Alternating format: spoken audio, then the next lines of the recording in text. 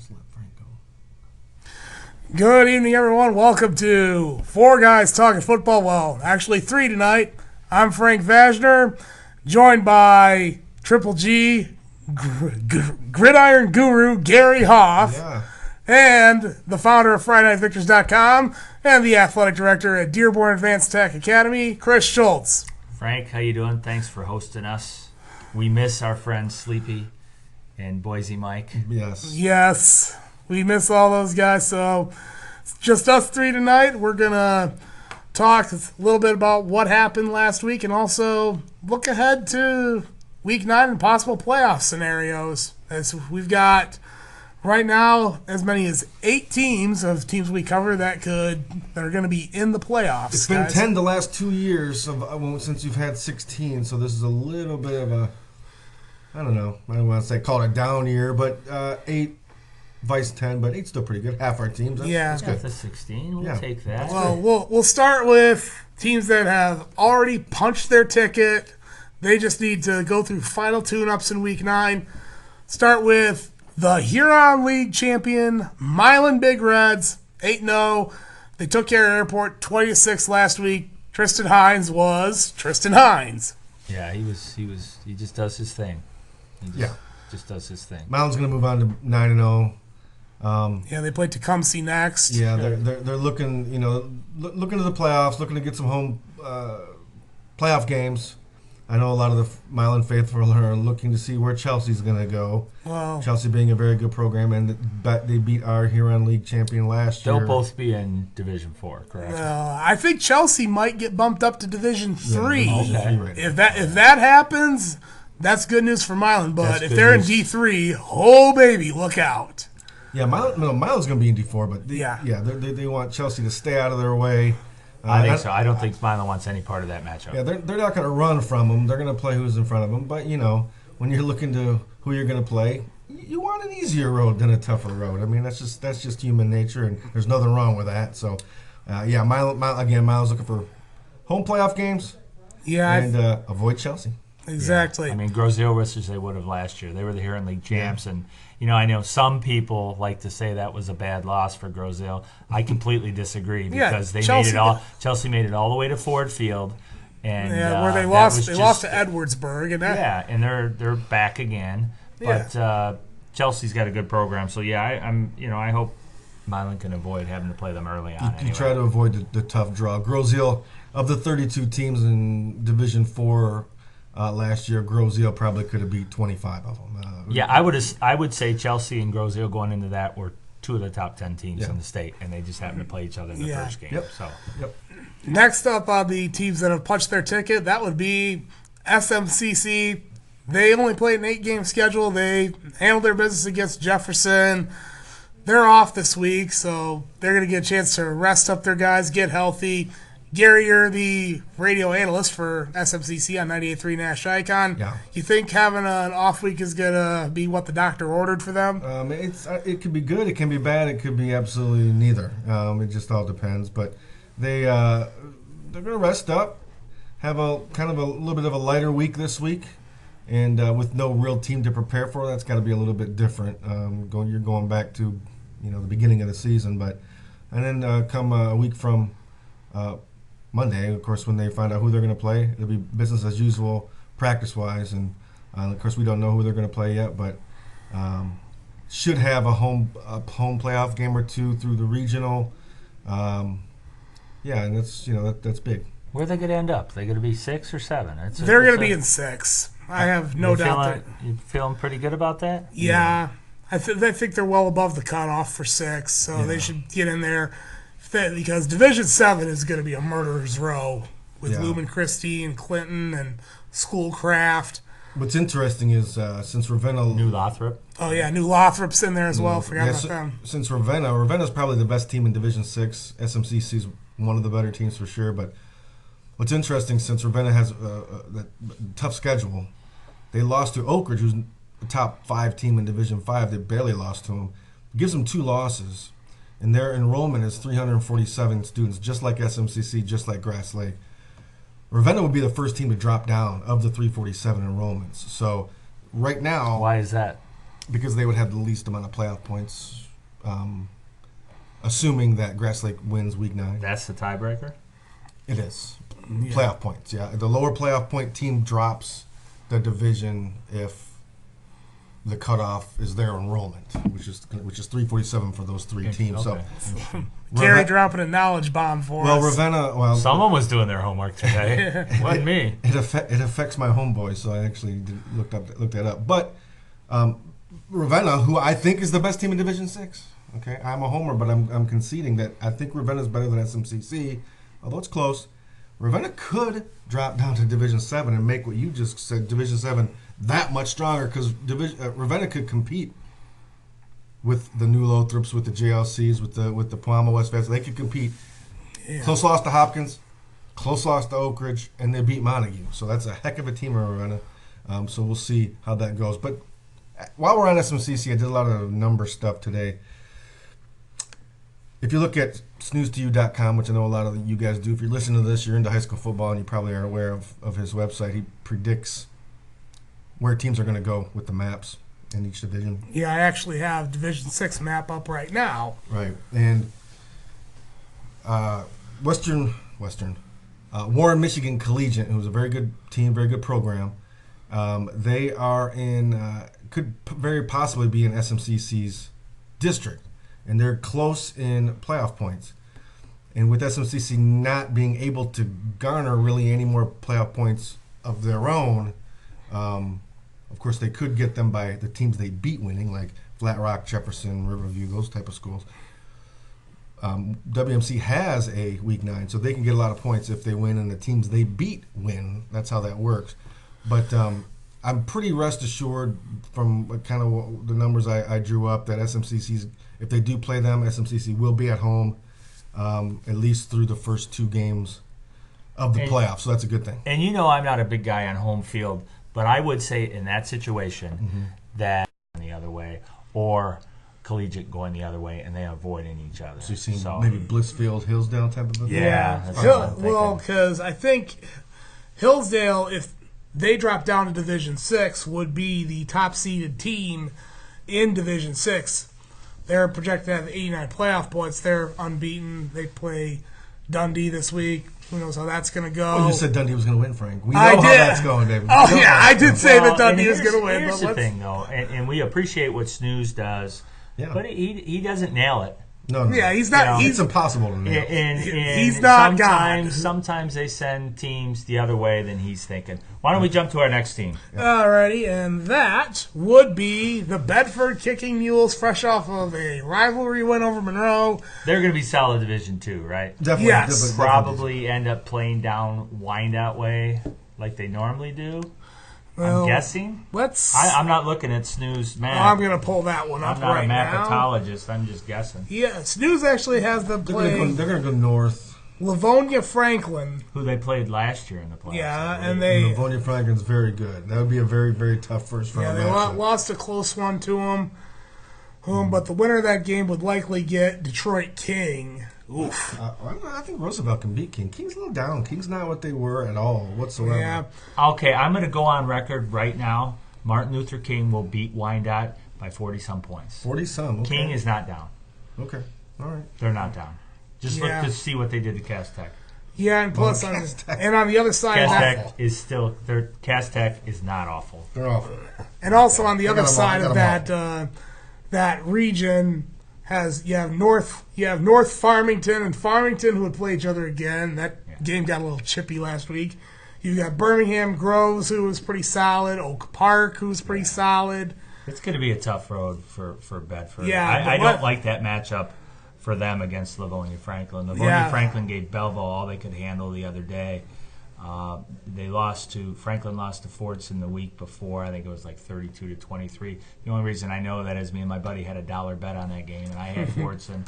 Well, but they have a really, really good quarterback, little undersized, 5'9", 188-pound quarterback who zings the ball all over the place. I don't like that matchup for Bedford at all. Well, Bedford does even though I'm a fan of Bedford. Yeah, well, Bedford does have a tough matchup in Week 9. They got to go on the road to Coldwater. How cold is the water down there? Coldwater, do we know?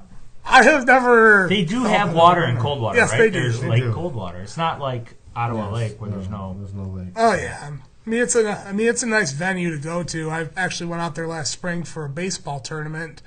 Their baseball field's like right on the street corner there. Oh, nice. And I saw their football field, turf field, track, very nice facility. Nice. And Coldwater only has one loss, and that was to Jackson Lumen Christi. Well, they play in the Interstate 8, and that's been Lumen Christi ruling that for God knows how long. I don't think Bedford's going to have much trouble with Coldwater. It's about an hour. For Bedford, it'd be about an hour, 45 minutes, 2-hour drive out there, but yeah, that may have an effect, but other than that, I think Bedford wins. Yeah, it's going to be Mr. What Can I Do For You, Brown? There you go. All right. Or what can Brown do for you? Yeah. You get it right, Frank. Yeah. Or whatever. So, anyways, next team that's punched their ticket would be the Riverview Pirates. Back to the playoffs. I believe this is their third straight year now. 6 out of 7. Yeah. Third in a row. Where they have them playing at? View would be in Division 3, solidly. Right. They're probably in there with Allen Park, Trenton, Carlson, those. Our survey says you are right, Chris. That'd be the 3 seed and be matched up against Carlson. I would say any one of those 4 teams could win that, even after what Carlson did to Trenton. Trenton's too well coached to have that happen to them again if they get another shot at the Marauders. But I don't know. That'd be a pick 'em for me. Maybe. Well, Trenton would have to go through Allen Park first. Right, and they've played this year. I can't remember who won that game, but I don't. I guess I like Riverview's chances in there. Yeah. I'm assuming you're going to jump to Carlson next, so we might as well talk about it at the same time. Since Well, actually, I was going. going to. So they punched their ticket. They opened up a can on Lincoln Park, 61-0. No surprise there. No. Yeah, the Downriver District there.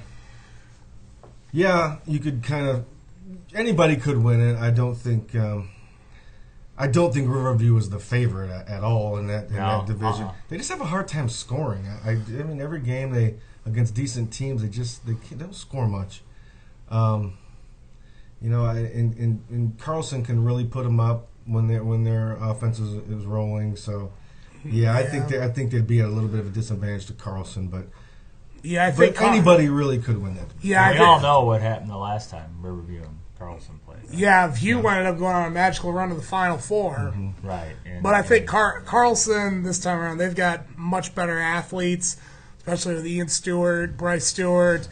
Julian Poole. Jalen Franklin around back then? Well, Jalen Franklin, I think, was injured. If I remember. He played that game. Oh, he did play? Yeah. Okay. No, Cam Rogers. It's Rogers. My bad. That game. The thing I like about that district is those 4 schools are just like each other. Riverview, Trenton, Allen Park, and Carlson are basically the exact same school with different colors. They all have pretty solid football backgrounds. Maybe Carlson's jumping in, as of late, but those 4 schools are just a lot alike. Well, the only difference is Allen Park doesn't run the T. Well, they got a lot of blue collar kids. Yeah, but I mean they're hard working parents. Yeah, and they like their football. Well, Trenton certainly doesn't run the T. No, they shotgun. They'll do what the one thing they do over there is that Sarnacki, the coach over there. I think so. He usually builds his offense around the players he has and will switch it up. Anyways, who else you got there? Yeah, and let's see. Teams that are only a win away. Let's start with Airport. They ended up dropping one to Milan. I think they're going to beat Melvindale. Yeah, they'll take care of Melvindale. They're going to be in. Where would they be at? What's that say? They Division 4? They would be Division 4. They're going to get Chelsea. Well, unless Chelsea goes to D3. Oh, that's right. So hold on 1 second. Airport. It'll be interesting that they would not be with Milan, but Snooze doesn't have them with Milan. But again, those are just there's so much that goes into those maps. It's not just you're talking about roadways and stuff like that. Yeah, it's Airport, not in the same district as Milan. Right. You actually have Milan playing Livonia Clarenceville in round 1. Yep. I think Milan would win that one pretty easily. The way Snooze has it, Milan and Airport would take in a heartbeat. Milan can go to the state semifinal the way that map looks right now. Who else is in there with Airport then? Well, Airport would be in District 2. They'd be playing Redford Union, which They can beat Union. They can beat Union, but Union's a lot better than they've been. I saw them on film, and they are fast and physical. Why I saw them on film, don't ask, but I did. Yeah, but the big thing for Airport is they've lost their starting quarterback to an injury. Yeah. The word is out. Blankenship broke his wrist, I want to say, or hand or something. Hand, he had his hand stepped on, is what I heard. Yeah. Oh, wow. So Cole Van Washenova's got to step in and be the next man up. Right. That's right. Everybody has injuries in this time of the year, so you just play on. You play with who you have. Congratulations to, I guess a little early, but congratulations to Airport and Coach Duffy getting back to the playoffs. I think they're in at 5 wins, and if they don't beat Melvindale, I'll eat my hat. I'll eat my Michigan hat I have right now. They're going to beat Melvindale.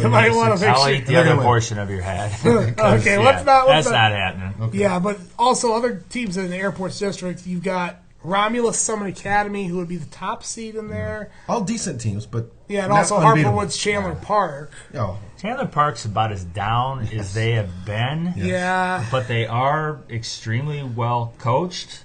But they don't have the athletes like they've had in the past. No. Yeah, so I mean they're just down a little bit. If Airport plays well, they can win that. Yeah, I would like that for the Jets. Yeah, another team, Whiteford. They ended up taking care of Britton Deerfield in a triple OT thriller. What a crazy game!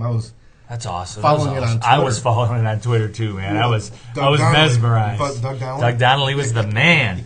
He was the man. I kept liking it, so and keep refreshing. It was that was quite the game. But they're 5-3 right now. They have Summerfield. They should win that game, but they get in at 5-4 anyway. Don't they? Class D automatically in at 5-1. Well, they're Class C. I think Class C. Yeah. Oh, really? Okay. Yeah, class. There's only most of the Class D schools are playing 8-man. They must be the bottom of Class. Yeah. C. Well, because Class D, I think there's only 9 teams that can get in. Yeah. All the Class D with 5 wins is gonna get it. I thought Whiteford's Class D. They're Class C now. Yeah, they're Class C. Oh, that's great. Yeah. They would be in the district with a rematch with BD. That one could be a doozy. Is Lenawee Christian in there with them too? Lenawee Christian would not even be in the same region. Really? Yeah, Snooze would have Lenawee Christian. They were in the same district last year. They played the first game of the districts last year. Yeah, they would be. Lenawee would be in Region 3 with District 2 with Addison, Concord, and Sand Creek. And on the other side of that bracket, you have Cassopolis, Mendon, Reading, and White Pigeon. Well, who's the other two in there with Detroit Public Safety Academy would be the 1 seed, and Detroit Southeastern would be the 4 seed. I think Whiteford could beat both of those. I don't see that district happening that way at all. They'll send the Detroit schools the other way. Yeah, and then in my opinion, the other district in Region 4, you got Clarkston, Everest Collegiate, Flint Beecher. Everest Collegiate is a really good team. They play Royal Oak Shrine Catholic Richard at Eastern Michigan in the Catholic League Championship on Saturday at 2:30. I'll be at that game. Talking about Riverview Gabriel Shrine, I'm excited to see what they can do this year. They're in D7, which sucks for them, but they got a good football team. Let me tell you something. My daughter goes there. Let me tell you this. Thomas Michelson, who I believe teaches social studies over there, he does a heck of a job. He does a really, really nice job with them. Just like all schools, they work extremely hard, but they're taking the talent they have.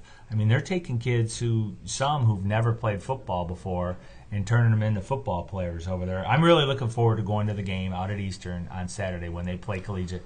Collegiate beat them last year by 1 point. I think it was 35-34 last game. And that was the game that decided whether Whiteford would go to Division 7 or Division 8.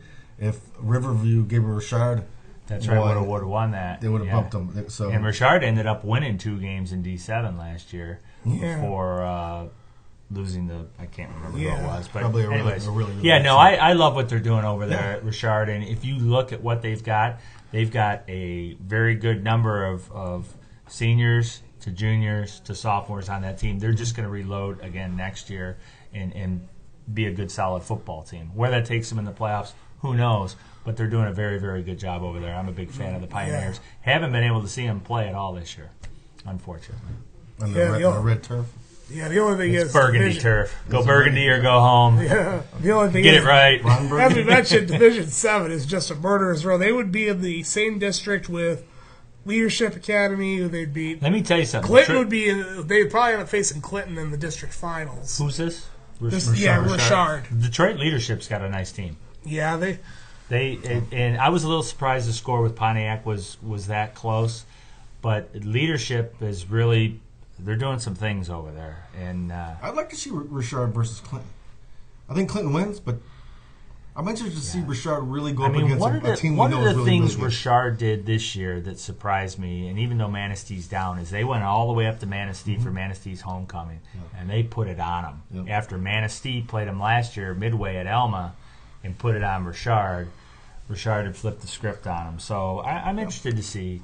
Who's next, Frankie? Yeah, well, that would be Dundee, and that's the only other team that would get in. I still think they're in good shape. Gary, you told me. I hope they get in. I did the numbers with Dundee. Frank, they're in, right? Did the numbers. They're even with Win the or loss to Hillsdale. No, they're not losing to Hillsdale. They're gonna. That's my upset special. Mine too. They're gonna beat. Well, That's big surprise there, Frank. Homer special, upset special. Two different things. I just think they're gonna defend. It's Mark Lemeran, right? Yeah. His T. Yeah. I think they're gonna defend the T. Two St. Mary Catholic Central graduates, Kyle McAvaney, Mark Lemeran. I think two Jack Jarmo offenses. 16-14. Dundee wins that game. Scoring but I think, Dundee's going to get in either way. Who do you got it matched up with? D5? Yeah, they would be in Division 5. I'll pull that map up right now.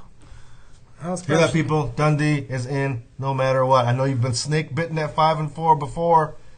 Even if you lose this game, Gary's calling it. You're in 100% guarantee.